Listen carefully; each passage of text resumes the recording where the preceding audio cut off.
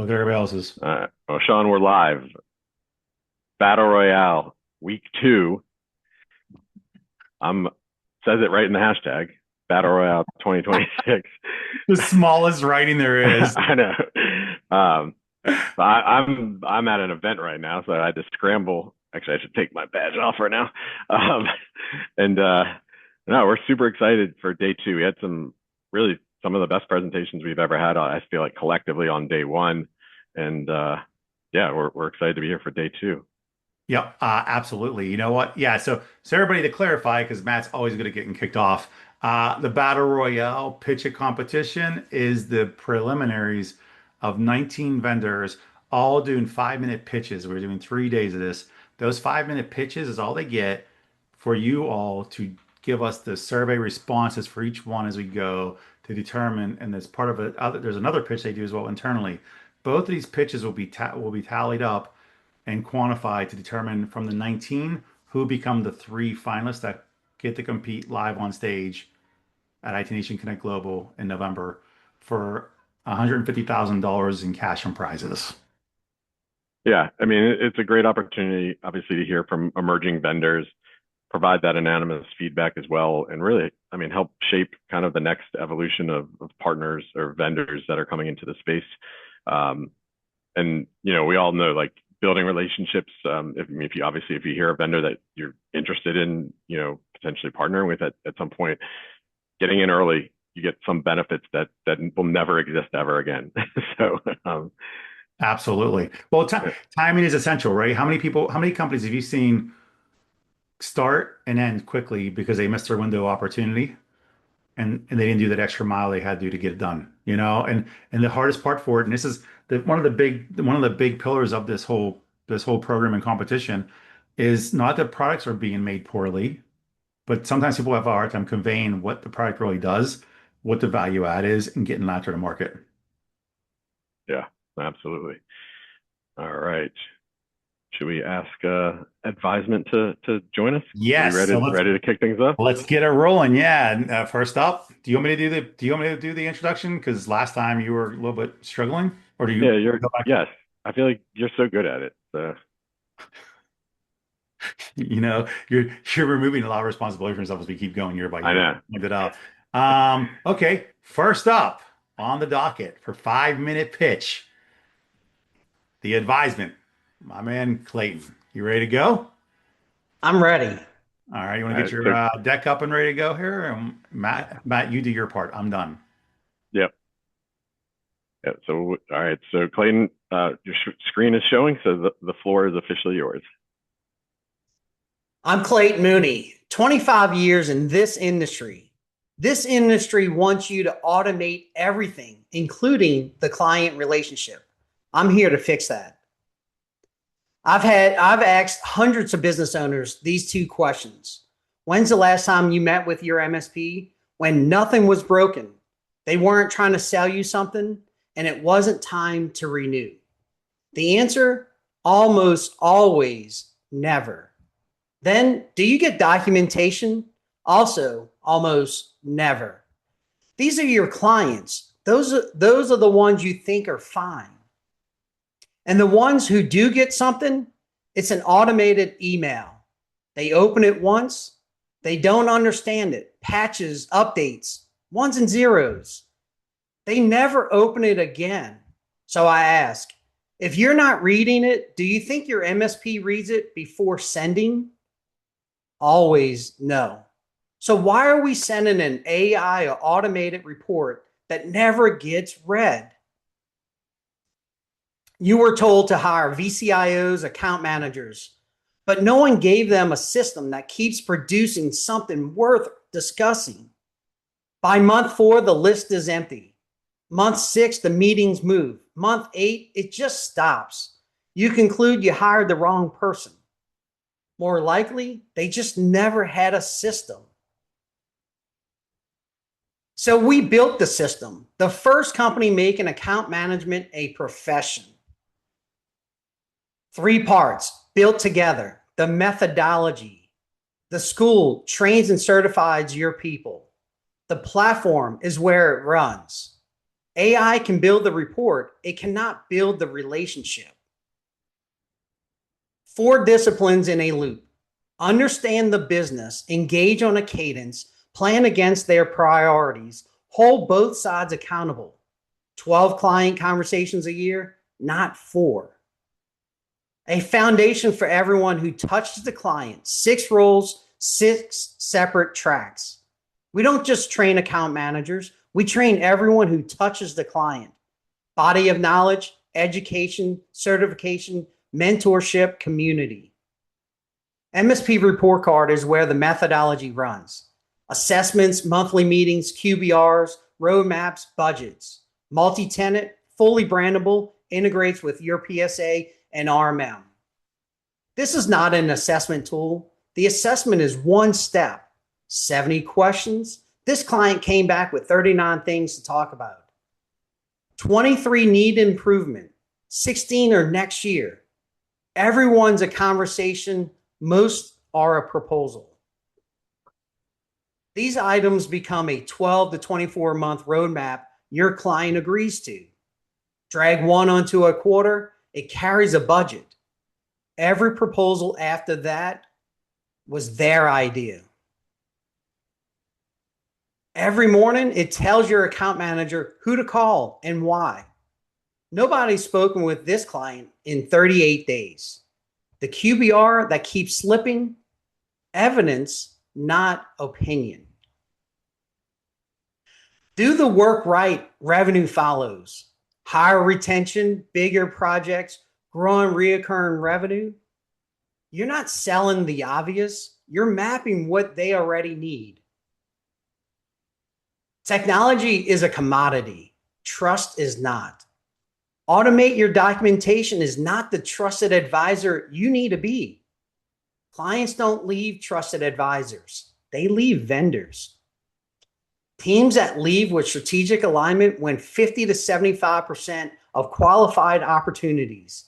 Feature lead pitches are 25%. Same proposal, different conversation. Because if you're not having these conversations with your clients, someone else will.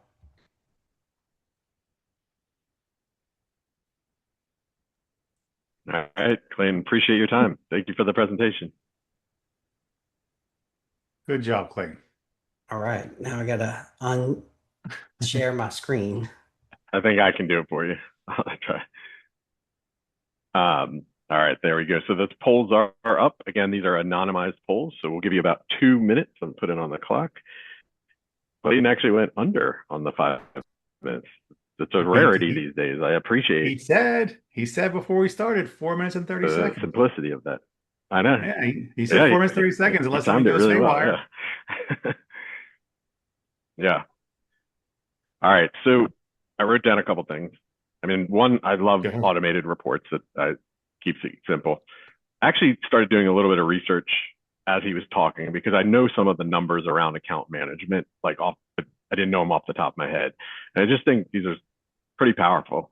One, 67% of your current customers will spend more than new customers. Okay, from a revenue standpoint. Yep. In terms of close rates, and this again, obviously the point is if you manage your own customers, you will make so much more money. Close rates with current customers, 60 to 70% compared to 5 to 20% with new customers. Now these are broad numbers, but I'm just, sure. And then the last one, in terms of marketing spend, it'll cost you 5 to 25 times more money to get new customers. But I just think it's a very overlooked area of how much you can actually make from your own customer base. I couldn't agree more. So and that's, you're talking about new client acquisition costs, right? Compared to retention. And, but it leads to something else he said during the presentation, which was very strong, was people, they leave businesses. They don't leave advisors. They don't leave trusted advisors. They don't leave partners. That's how, so proper. And the reason why you see a lot of MSPs struggle, especially when you talk about the sales game and the maintenance of it, they're great at customer support and service, but they just don't know how to grow the business. Now, I don't flickering know. here for a second. No, I'm still There here. you go, Matt. But I'll get myself back on. I have a very, You're very doing, sensitive you know, USB you did this drive. last time. Here we go again. No, that was actually my entire internet shut down last time. But I'm gonna bring up Sean Weber of Spotto. Wait, are you doing introductions now? Great. I am.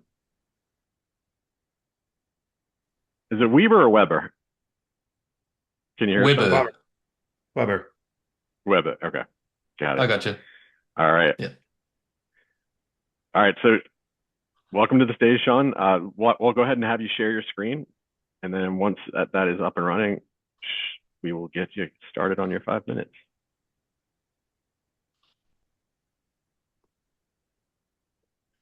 I think it's coming through. All right, you are good to go, my friend. The stage is yours. Thank you. I'm Sean from Spotto, and we're solving the operational shift happening to cloud MSPs.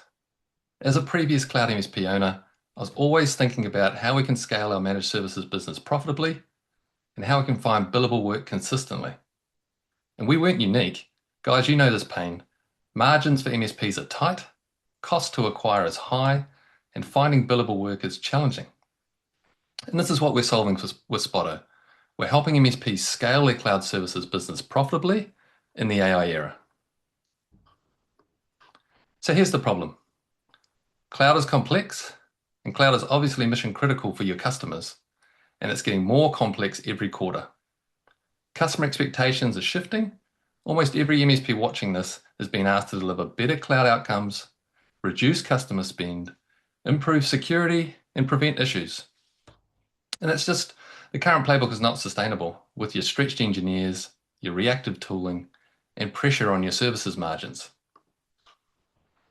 And the operating model just hasn't evolved.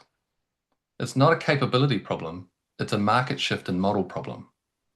And if you think about the RMM management shift, how it's changed the support model, removing time for money and selling on outcomes and value, could you ever imagine managing a customer device without it today? Well, that same shift is happening in cloud operations. And the only real question is whether you lead it or whether you're impacted by it. So how does it work? So we're multi-tenant, day one. Spotto watches a customer's cloud every day. It knows what's overspending, what's exposed, where's the risk, and what's about to break. It's continually scanning environments for optimization opportunities across cost, performance, security, reliability, governance, and operational excellence. It gives you one place to see all the opportunities in every client estate, continuously. It provides the ability to spot the highest value of work that's hiding there, the waste, the risk, the projects. It makes that information easy to understand and easy to sell it to your clients. You can then serve that work up to your delivery team, and that delivery team can either choose to work and use Spotto automations or not, but managing that workflow through ConnectWise. Competitors will tell you reactively if there's an issue that occurs, and are predominantly built for the enterprise, not for an MSP playbook of managing multiple customers proactively. So we don't just give you a dashboard with recommendations, we give you the insight on the why, a playbook on how to resolve, and findings ranked and stacked at portfolio scale. The winning MSP in the AI era doesn't just monitor cloud environments, they continuously identify what matters, act earlier, reduce waste, and turn those operational insight into customer value and revenue. Your future with Spotto is moving beyond managing cloud costs reactively. It's building a proactive support model. Your future with Spotto is reducing your cost to serve and scaling efficiently. Imagine moving from a 1 operator to 10 customer model to a one operator to 15 customer model. Or your future with Spotto is about helping you move away from time for money, where you're in control of the narrative and the margin. Future with Spotto is about enabling you to retain and gain more customers.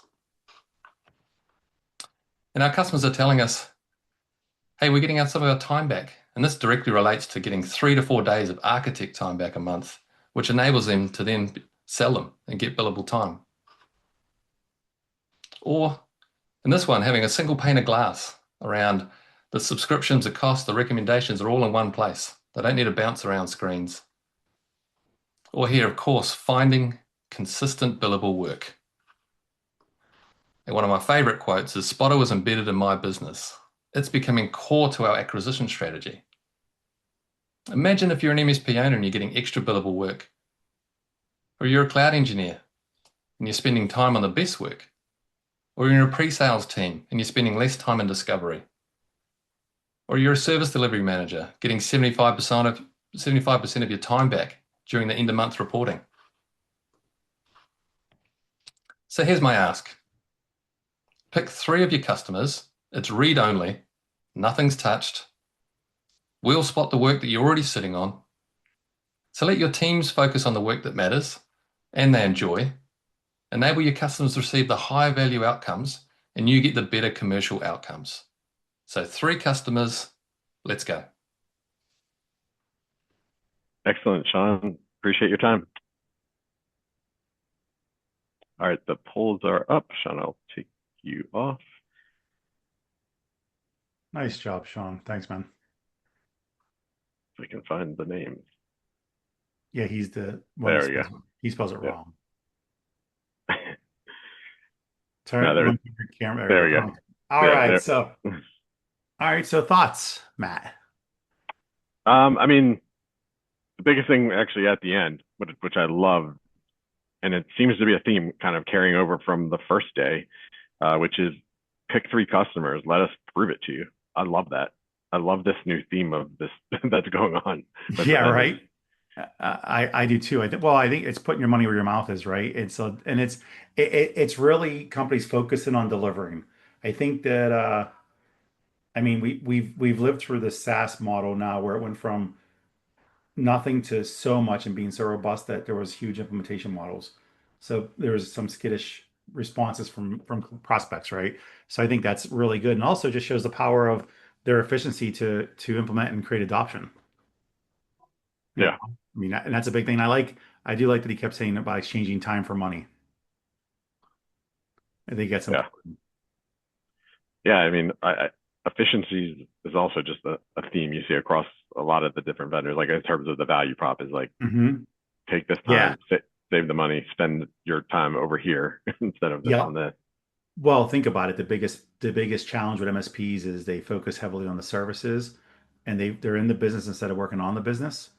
So growth is a factor, right? They don't grow as fast because they're so busy fulfilling their own clients, working out the kinks. You know, if anything, I like the fact that I like the fact that so far we're talking about automating a lot of stuff, also standardizing a lot of stuff, also automating reporting and being effective about it to know what's going on. You know, it's getting away from the Excel spreadsheet, which is great. Yeah, no, absolutely. All right, well, let's keep things moving along. We're going to bring Cyrisma up onto the stage. Let's see. Do we have? We got him. Do we have? Do we have? Oh my Lord, we do. We do. We got Mark. Do you think so little of me? I'm here. Well, you weren't really there. You weren't responding before, and it's so Cyrisma, the next best drug on the market, FDA approved. So you're spot on. That's our side business, but we won't pitch that today.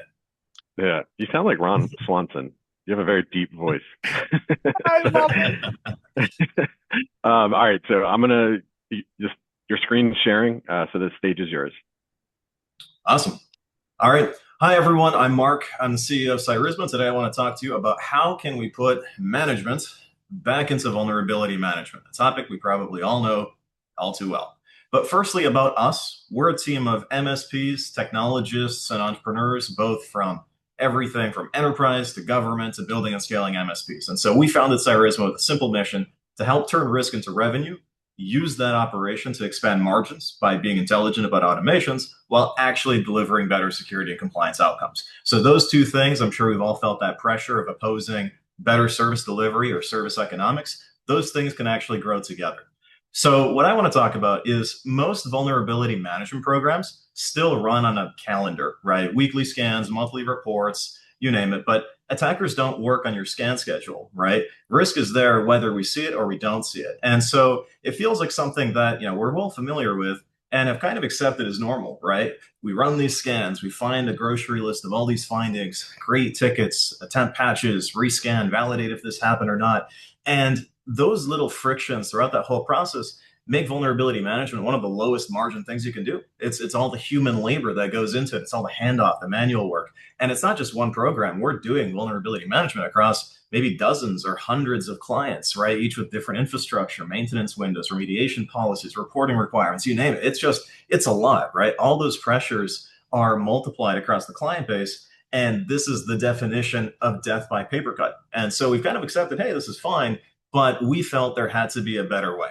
So what we're working on is we're building autonomous vulnerability operations for MSPs. And that's why I joke, putting the management back into vulnerability management. The way this works is, well, by doing automation intelligently, that same thing can both drive client outcomes, but also actually improve our margins. So that time that we can save goes straight to the bottom line. The point is, when it comes to detecting issues, triaging them, and remediating them within guardrails, those are things that you do all the time and are repeatable in some way, shape, or form, allowing us to focus on pulling the strings and doing the high value work on top. So this isn't easy by any stretch, but we work closely with partners to help define scope, rules, and SLAs at the outset so that we can automate away vulnerability operations into something that becomes something that you do. So the measure of value shifts from here's what we found to here's what we did, right? And that's what makes us different. Others will show risk or give you a lot of things that you can find, but leave the remediation up to you, right? And now we've got to explain to the client why we've got a million vulnerabilities.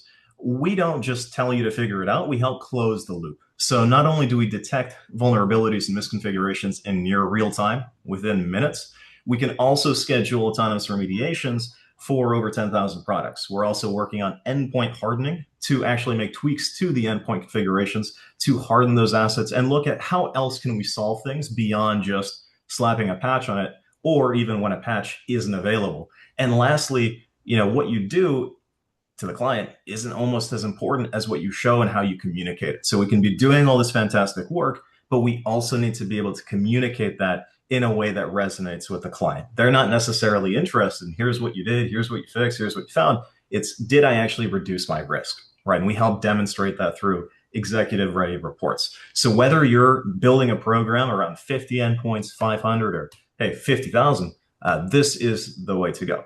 So in our view, vulnerability management is an unsolved problem. It's something everyone's familiar with, but we need to move from periodic reporting, scanning, and patch schedules to something that's more continuous in nature, without even getting into the whole subject of AI and what that might unlock in terms of what attackers are doing these days. And so being able to shift to that continuous detect, triage, and autonomously remediate model is exactly the model that we're building at Cyrisma. So thank you, and open to questions. All right, I appreciate it. So we've got the polls up. So there's no Q&A. So we'll actually just be taking you off stage, but they'll be answering and giving you feedback on the anonymous polls. All right. Hey, why can't I vote for myself? Yeah. All right, man. Have a good one. All right. Thanks, bud. Good job. All right. All right. All right. I'll let you kick it off on that one. Oh, see, fine. I'll I tell you took the first one last time. Well, you totally debunked our whole system, so whatever. So, I'll make it simple first off. I like that he acknowledged the fact of, we know that everybody's been, especially in the cybersecurity world, they've been selling out of, fear, right? It's been fear selling, right? And something he really applied to the conversation was a lot of companies came out and just said, "Hey, here's all your issues. Pay me. You're basically paying for an assessment. I'll go figure that out or whatever, right?" And that I like that they're actually automating going through the remediation of it. I think that's just important. I think it's something that's been struggling.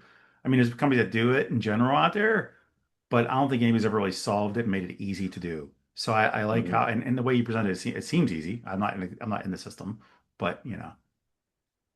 I mean, I wrote down the found, like the found versus did. Like we did something about it, the remediation being yep, a definite differentiator. Um, the other piece, obviously, and I'm kind of honing in on the same things you talked about, the continuous element. And aren't you glad then I started this one so you can say the same things I said? That's great. I know I should have started because yeah, these are my notes. I have it. Um, but also like, and then I think in anything you show data, you do have to be careful of like too much data. But I do like using provable data to drive the outcomes and the results that you're looking for with a customer. So I think Agreed. that can be really powerful when presented properly, I suppose, because you can overkill on data. Yeah, I agree. Well, I mean, considering the whole AI generation now, you're Mhm. going to need real time instant um, remediation done for one, but two, understand the data to make the necessary adjustments too in real time as quick as possible. So I appreciate that. I think that again, another challenge we've seen over years is just the triaging of what is really an issue and what's not, or what's Mhm. the depth of an issue, or what the priority should be has always been a challenge. And finding the course, I appreciate that. I appreciate that more than most because I probably was the biggest offender of like messing up my own company systems by clicking on every link known to man as I was doing hardcore sales to learn as much as I could. So I'm sure that I was a culprit.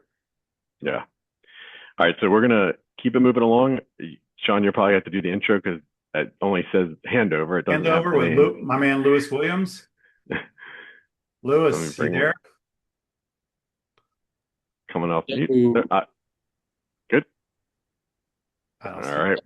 I'll have you share your screen.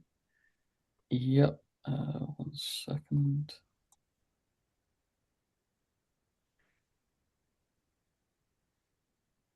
Make sure you start off with how old you are, Lewis, when you start this. No, it's not in this one actually. Which one is it? I've got two slides open. There it is. Okay.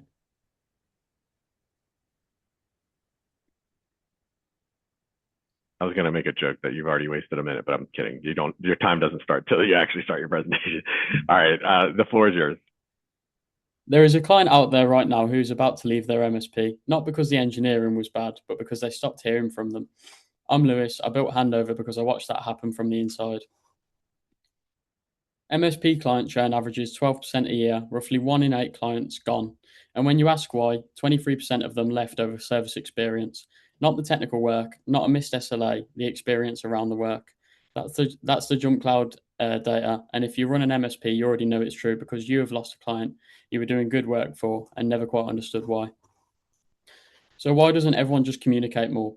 Because consistent client communication means someone rereading every ticket, remembering what actually mattered, and writing it up per client every month. It's real work, it's not billable, and it's the first thing dropped the week the service desk gets slammed. 14 hours a week per project manager, writing what the PSA already knows. So the reporting slips, the relationship goes quiet, the client leaves, and on the way out, they call it a price problem.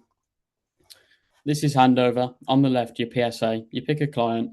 On the right, 30 seconds later, a finished client report. Actions, owners, due dates, priorities, ready to email, push back to the ticket, or export. The green line is the product's own measurement, generated in 26 seconds against roughly 3 hours of PM time by doing it by hand.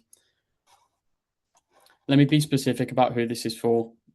You run Halo or ConnectWise. Your clients get updates when someone has time rather than on a schedule. Your PMs and service delivery managers write those reports by hand, and you have lost a client you were doing good work for. If you tick 2 of those boxes, Handover was built for you. And I know that because I was you. I was a project manager at an MSP writing those weekly emails myself. That's not market research. That is quite literally where this came from. So, what do you get back? 30 seconds to generate a full client report, 14 hours a week back per project manager, £780 of billable capacity recovered every week. Over a year, that is £40,560 of capacity for £1,188 of software. That is the whole business case. And it watches the accounts you can't. Client intelligence reads every report you generate and builds a memory of the account. This client is read not because someone flagged it, but because Handover has read 6 months of reports and spotted the pattern. recurring Office 365 failures, repeated backup issues, and MFA rollout that keeps slipping.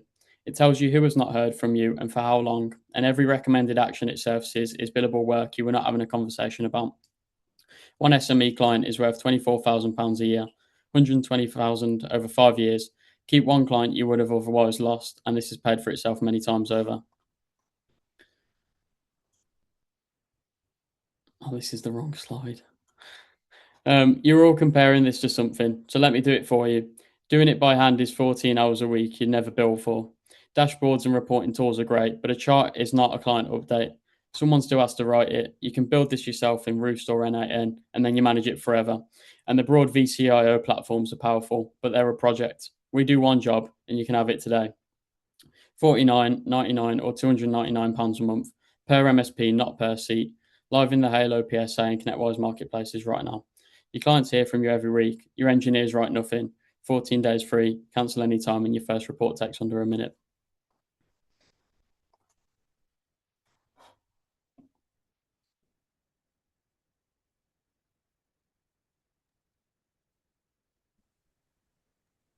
Good to go. Yeah. All right, man. We appreciate it.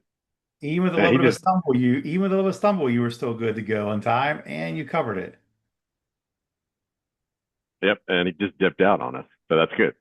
He was like, "I'm done with you." Yeah, he's like, "I'm done." All right, so the polls are up, so you can go ahead and start answering those. I'll say one thing I appreciate. I like how he actually had a slide where it's like, here's who the right MSP is for this, because often vendors will make it seem like everybody's the right fit, and for both their sake and the MSPs, sometimes it is nice to define that, so that you're not wasting a 2-person MSP, which didn't fall into that you're not wasting their time, you're not wasting your time. So I really appreciated that. Again, another theme of time saving. The slide that scared me the most, wow, 1 out of 8 customers. I mean, I didn't see where the source was, but 1 out of 8 customers will be leaving. That's a little scary.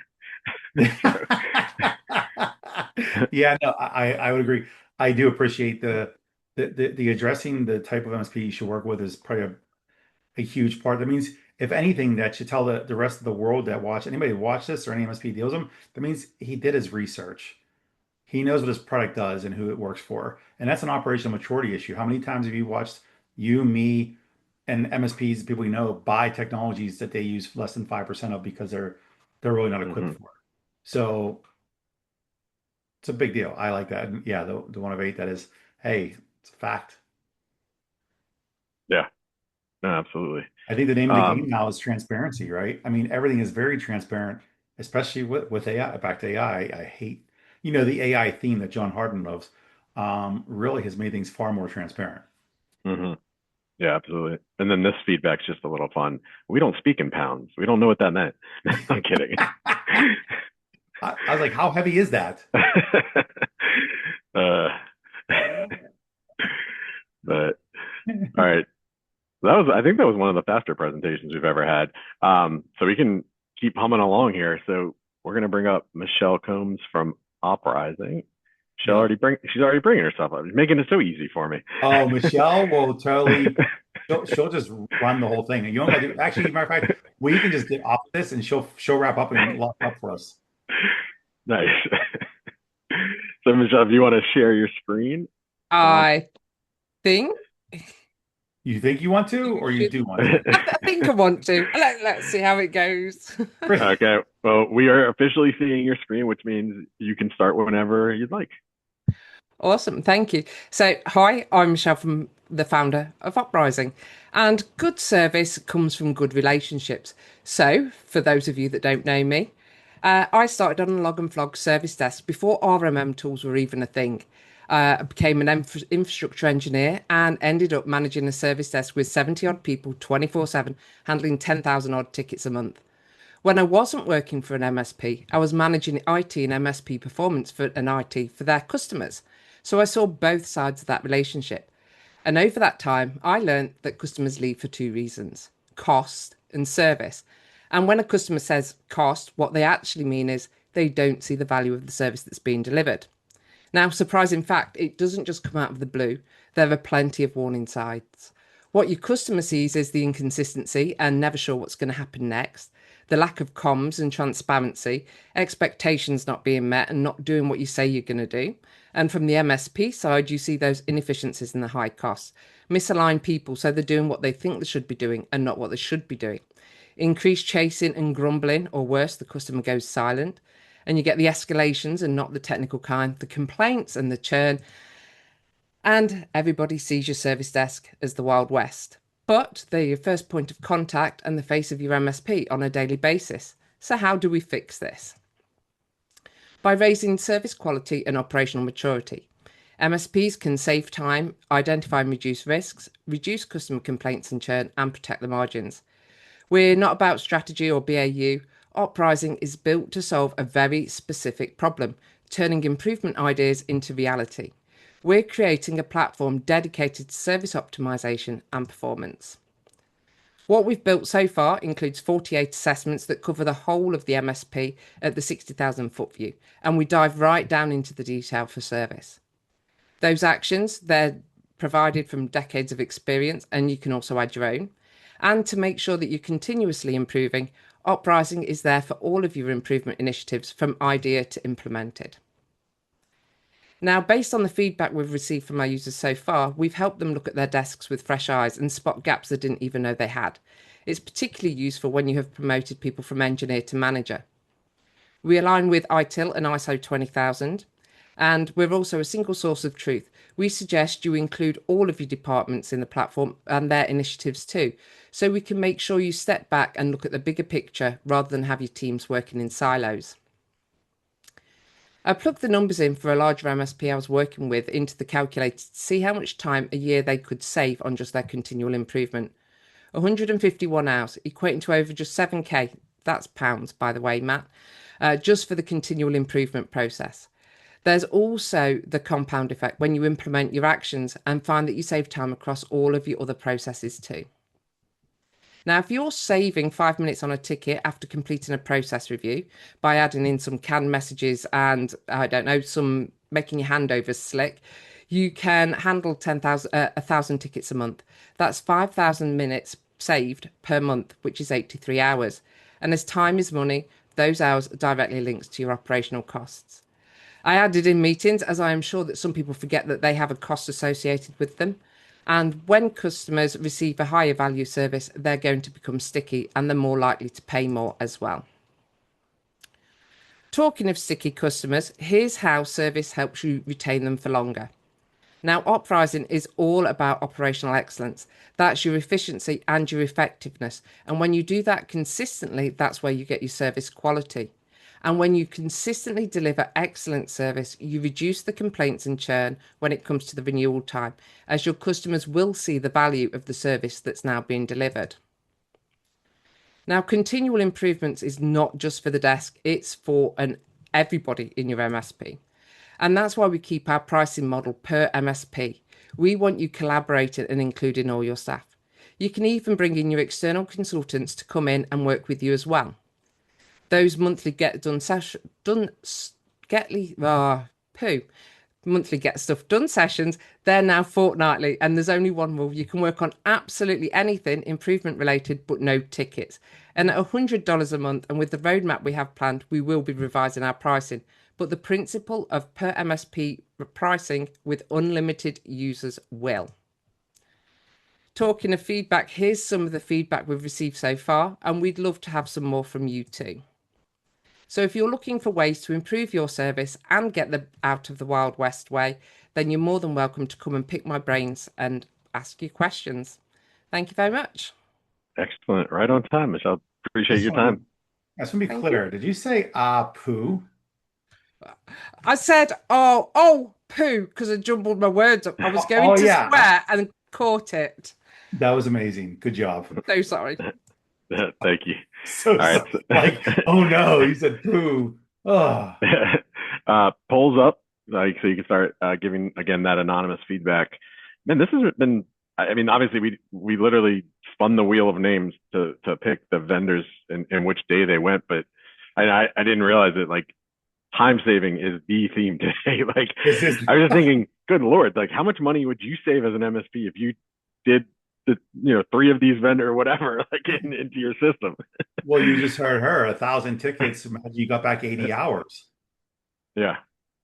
What would you apply that in? And think about it. Business owners, why do they become business owners? They think they can do it better. They can make more money. They can have freedom and independence. Most of them never get that last part because they're so busy working, right? So that's one thing I would imagine they would do is take back some time for quality time, right? Yep. Or they'd reinvest that time back into the business, doing things that they need to do to actually run the business to improve. And funny thing is that the last time we sat here and talked about this, just a little bit ago, we talked about operational maturity being a thing, and then she literally talked about it on this presentation was operational maturity. That'd be interesting. And you'd probably have to do this specifically to somebody you would know their background and like if they have kids or something. But what if you like related the minutes to like this is 5 soccer matches that you could now attend because Yeah, of right. that. No, 1,000,000% correct. That comes back to like the quality of life piece. So again, Yeah. I think the takeaway is it's your 80 hours. Do what you want with it. Yeah. I think that's really what it boils down to because like if you want to reinvest back into your business, great. If you want to reinvest back into your personal life, great. You have 80 Yep. hours. And Yeah. and I like that it's about the service delivery, like the client's like success manager essentially, right? And making them Mhm. actual making them operational, right? And improving them. I think that's the big part. How many issues do you have because just of a lack of communication and documentation? Yeah. And I love her background and experience. I mean, she's lived it Yep, on the front lines. that's exactly that was my first key takeaway was Michelle, good job, and anybody listening to this, good job on like you were an MSP, you said it, you acknowledge this. Steve's like, forget this. I want to go now. I'm ready. Yeah. I've been sitting Well, here. He's like, I'm on video looking at you. He's gonna give yeah. us a weird look soon. Well, that's perfect, Steve, because you are next. And you're our final presentation of the day. So why don't you go ahead and if you want to share your screen. Good luck, Steve. All right, let me know when you see it. Okay. All right, you are good to go.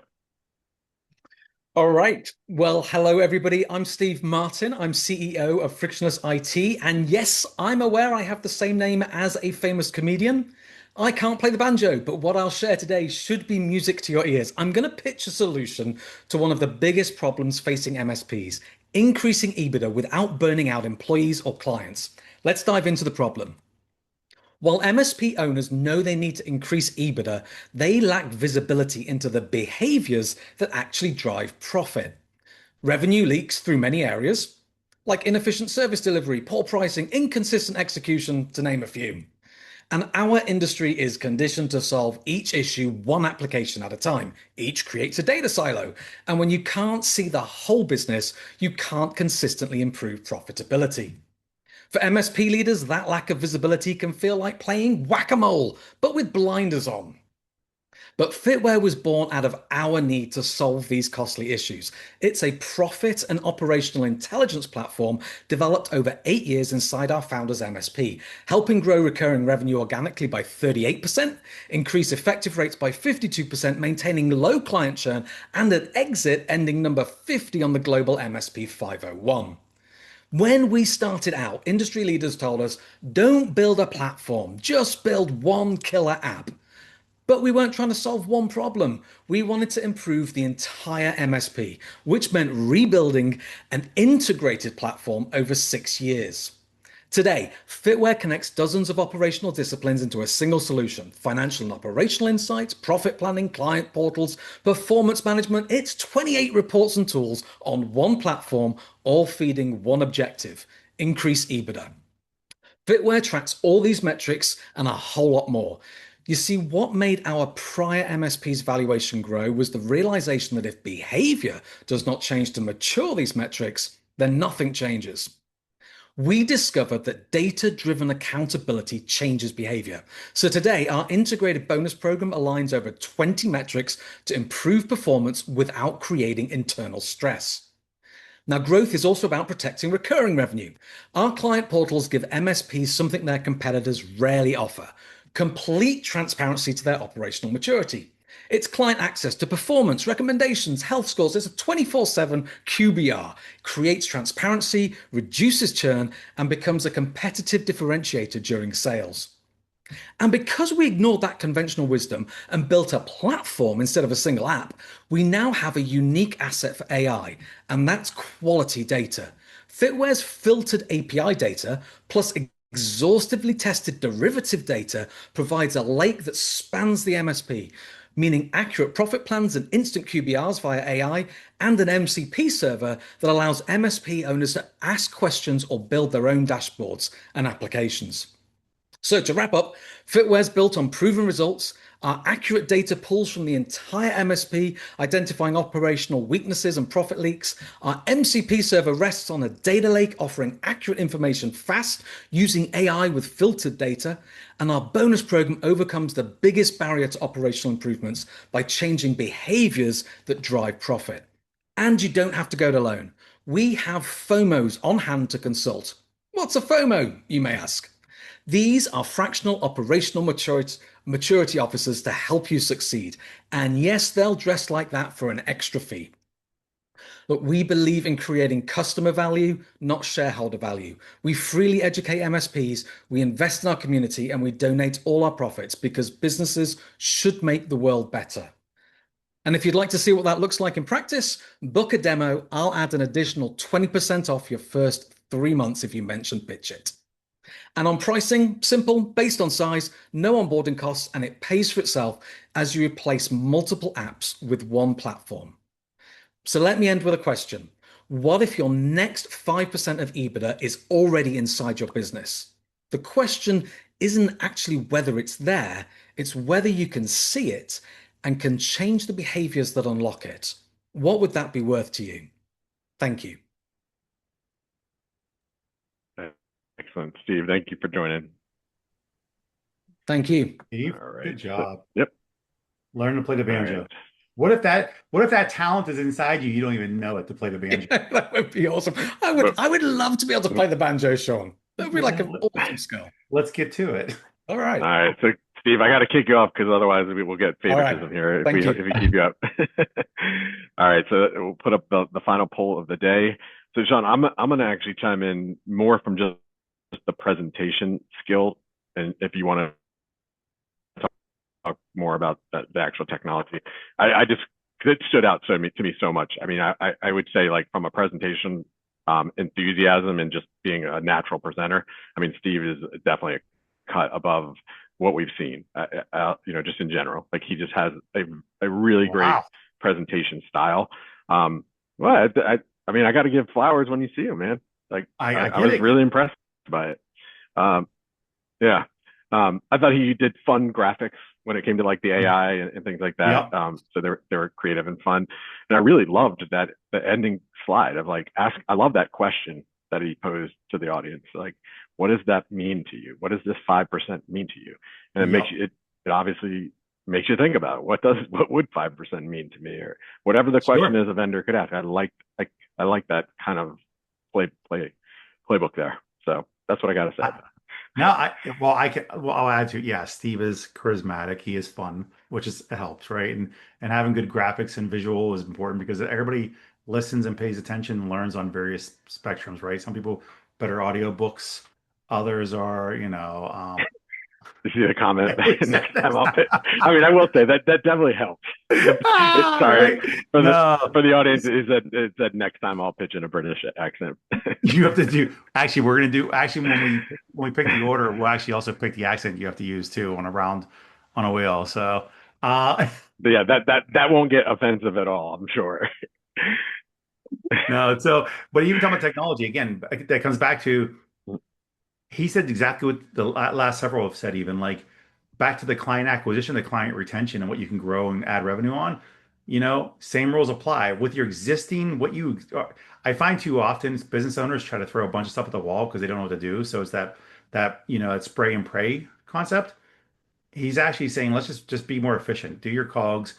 If you can find more out of this to become more operationally efficient or increase your EBITDA, why wouldn't you? You already have it all set up. Why not make the most of it? Yeah, so absolutely. I like that. And the fact of transparency, again, back to being transparent, I think is important. Yeah. So look, this wraps up day 2. I think I know we have day 3 coming up next week, same time on next Thursday. I think we have 7 on the last day. Yes, we do. That is Yeah. correct. So we've had 6 the last 2 days. So it's only one additional one on the final day. And yeah, we look forward to hearing the next set of presentations. Obviously, they have the advantage of hearing the first 12, first 12 go from their cohorts, and expect big things. Yeah. Honestly, I think like every year, I feel like it's gotten more pristine. And that's not taking anything away from the first year of me being involved in it, because they did really, really good. But I feel like every year has set the stage and a standard higher than the last, and they all watch it and they know they have to beat it. Yeah. Yep. So awesome, man. Well, Sean, as always, appreciate you joining, and I'll see you next week. Can't Are wait. you going to say something smart? I thought you were going to say something smart. Nope. I was just going to say, Okay. You complete me. Okay. Here we go. Yep. All right. Thanks, Sean. Thanks, everyone, for listening today. Thanks, Matt. All right. Have a good one. See y'all. Bye.